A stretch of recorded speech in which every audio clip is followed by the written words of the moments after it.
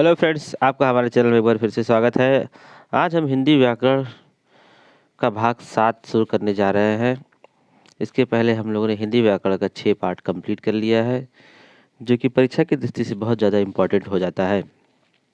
आज हम हिंदी व्याकरण के भाग 7 में चैप्टर नंबर 3, जिसका नाम है शब्द विचार, ये चैप्टर नंबर 3 का तीसरा पार्ट है।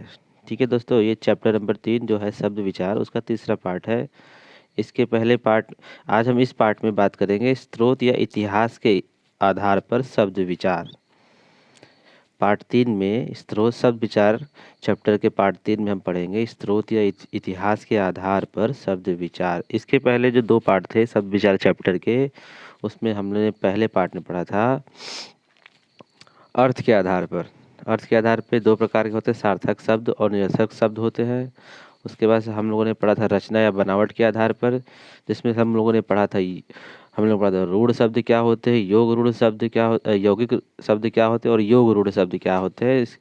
इन सारे के बारे में विस्तृत जानकारी पिछले भाग में दी गई है। इन सभी भागों का लिंक जो है इस वीडियो के डिस्क्रिप्शन में डाल दिया जाएगा।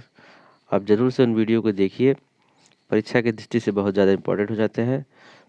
और आज हम स्रोत या इतिहास के आधार के चैप्टर में पार्ट में हम पढ़ेंगे तत्सम, तद्भव, देशज और विदेशी शब्द। ठीक है, जो परीक्षा की दृष्टि से बहुत ही ज़्यादा इम्पोर्टेंट हो जाते हैं, तत्सम शब्द, तद्भव शब्द।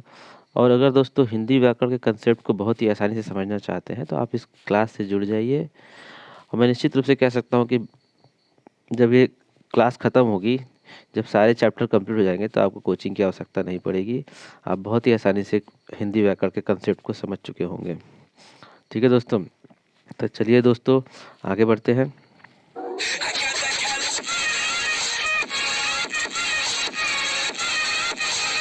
आज हम स्रोत या इतिहास के आधार पर जानेंगे कि शब्द विचार होता क्या है।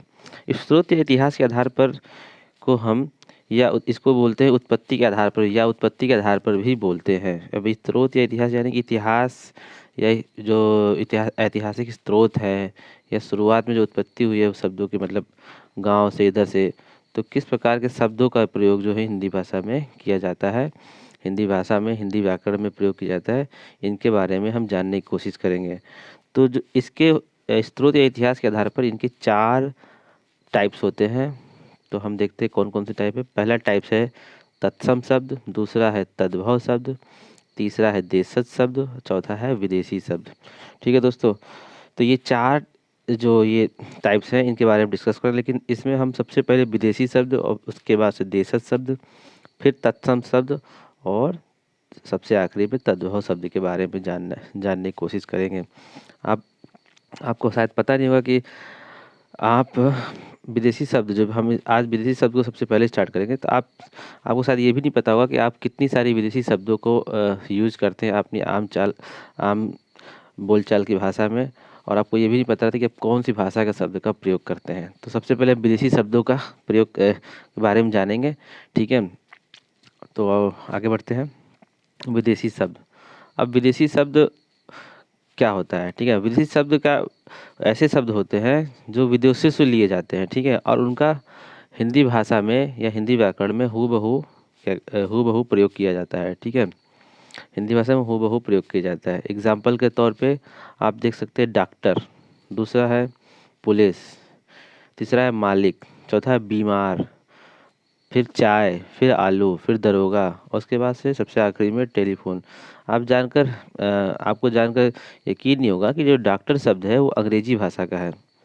ठीक है दोस्तों, और पुलिस शब्द जो है ये फ्रांसीसी भाषा से लिया गया है, और मालिक शब्द जो है अरबी भाषा से लिया गया है, और उसके बाद से बीमार शब्द जो है ये फारसी भाषा से लिया गया। देखिए ये सारी आम बोलचाल की शब्द हैं, और आपको पता ही शायद कम ही लोग को पता होगा कि ये इन भाषाओं से इनका प्रयोग हिंदी भाषा में किया जाता है। अभी चाय देखिए, चाय तो सबसे कॉमन चीज़ है। चाय जो है चीनी भाषा का शब्द है। और आलू देखिए, आलू कितना कॉमन चीज़ है, बिना आलू के कोई सब्जी ही नहीं बन सकती है। तो आलू का प्रयोग जो है ये है पुर्तगाली भाषा का शब्द है। आलू जो है पुर्तगाली भाषा का शब्द है। और दरोगा, पुलिस दरोगा, दरोगा जो है ये तुर्की भाषा का शब्द है। ठीक है दोस्तों, इसी प्रकार से जो सबसे आखिरी में टेलीफोन लिया गया है, ये यूनानी भाषा से लिया गया है। ठीक है दोस्तों, तो आप देखिए ये सारे शब्द आप बहुत ही कॉमन है और हम लोग आमतौर पर इनका प्रयोग करते हैं, लेकिन पता ही नहीं कि आलू जो है, ये आलू शब्द ही पुर्तगाली भाषा का शब्द है। ठीक है, इसी प्रकार से इन सारी भाषाओं का, सारी भाषाओं के शब्दों का एक लिस्ट है जिनको जिनको हम अगले वीडियो में डाल देंगे। आप उसको देख लीजिएगा, परीक्षा की दृष्टि से बहुत इंपॉर्टेंट हो जाता है। कभी कभी एग्जाम में पूछ देता है कि इनमें कौन सा शब्द कौन सी भाषा का है। ठीक है, तो ये जानना बहुत ही ज़रूरी है। तो इसका जो लिस्ट है वो हम अगले वीडियो में डाल देंगे। तो आगे बढ़ते हैं। आई होप दोस्तों आपको समझ में आ गया विदेशी भाषा विदेशी विदेशी शब्द किसे कहते हैं। अब हम आगे बढ़ते हैं। अब हम तीसरा जो है उसको दूसरे नंबर पढ़ेंगे, जिसका नाम है देशज शब्द। अब देशज शब्द किसे कहते हैं? देशज शब्द उसे कहते हैं जैसे कि लिखा हुआ है क्षेत्रीय भाषाओं के शब्दों का प्रयोग, यानी क्षेत्रीय यानी कि लोकल भाषाओं के शब्दों का प्रयोग हम हिंदी भाषा में, हिंदी व्याकरण में, चाहे हिंदी भाषा में प्रयोग करते हैं, तो उनको बोलते हैं देशज शब्द। अभी लोकल भाषा जैसे आपके क्षेत्र की भाषा जो हो गई, उनमें भी कई कई शब्द ऐसे होते हैं जो कि उनका प्रयोग हिंदी भाषा में किया जाता है। एग्जाम्पल के तौर पर भतार, जैसे पति को भतार बोला जाता है। ठीक है, पत्नी को मेहरारू बोला जाता है। और ये इनारा हो गया। अब इनारा क्या होता है? ये उसको एक कुएं को इनारा बोला जाता है। ठीक है, कुआं होता है। एक डिबिया हो गया, पड़ोसी। ये सब क्षेत्रीय भाषा के शब्द हैं जिनको देशज शब्द कहा जाता है। ठीक है, कई जगह से होता है, जैसे किसी आदमी को बोलते हैं मनई, मनई, मनई यहाँ गए थे, यहाँ गए थे, ये मनई बेकार है, इस तरीके से आदमी को मनई बोलते हैं। तो ये देशज भाषा के शब्द हैं। खिड़की हो गया और ईंटा हो गया, रोड़ा हो गया, ये सब देशज शब्द हैं जो क्षेत्रीय भाषाओं में अपने लोकल लेवल पे प्रयोग किए जाते हैं और जिनका प्रयोग हम लोग हिंदी भाषा में कर लेते हैं। ठीक है दोस्तों, तो आई होप आपको देशज शब्द समझ में आएगा। अब हम आगे बढ़ते हैं। जो हमारा पहला शब्द है, सबसे पहला जो था तत्सम शब्द। ये सारे जो हैं टाइप्स हैं, ये परीक्षा की दृष्टि से बहुत ही ज़्यादा इंपॉर्टेंट है, तो आपको इसको ध्यान से समझना चाहिए। तो तत्सम शब्द हम किसे कहते हैं? तत्सम शब्द ऐसे शब्द हैं संस्कृत के शब्द मूल रूप में ही हिंदी में प्रयोग किए, यानी कि ये ऐसे शब्द होते हैं जो संस्कृत भाषा के शब्द होते हैं और हूबहू जो संस्कृत भाषा के शब्द होते हैं हूबहू हिंदी भाषा में प्रयोग किए जाते हैं, उनको बोलते हैं तत्सम शब्द। ठीक है, जैसे ये दुग्ध लिखा है, दुग्ध। ठीक है, ये घृत हो गया, अग्नि और गौ। अग्नि, गौ और घृत और दुग्ध आप जानते ही होंगे। गौ मतलब शायद गाय होता है, तो लिख सके यह गौ दुग्ध देती है। ठीक है, तो इसका हिंदी में भी हम प्रयोग कर सकते हैं। तो संस्कृत भाषा के ऐसे शब्द जो हिंदी में हूबहू प्रयोग किए जाते हैं उनको बोलते हैं तत्सम शब्द। ठीक है, ध्यान देने वाली बात है कि वो संस्कृत भाषा के ही शब्द होंगे। अब आगे बढ़ते हैं, तद्भव शब्द के बारे में पढ़ते हैं। अब तद्भव शब्द किसे कहते हैं?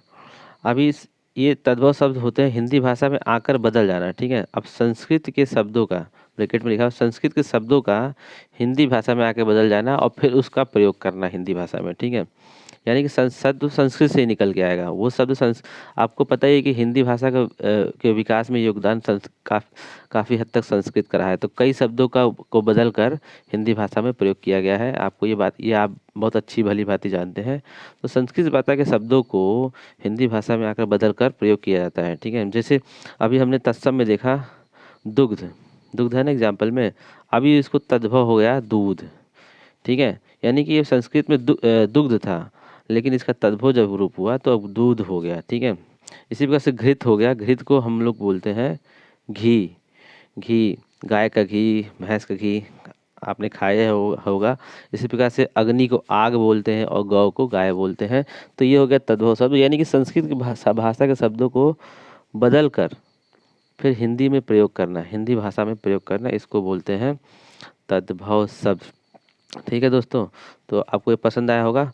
और अब ये हमारा विकार के आधार पर। ठीक है, ये शब्द विचार जो चैप्टर 3 है इसका ये चौथा पार्ट है। इसको हम लोग अगले वीडियो में बताएंगे। आज हमने तीसरा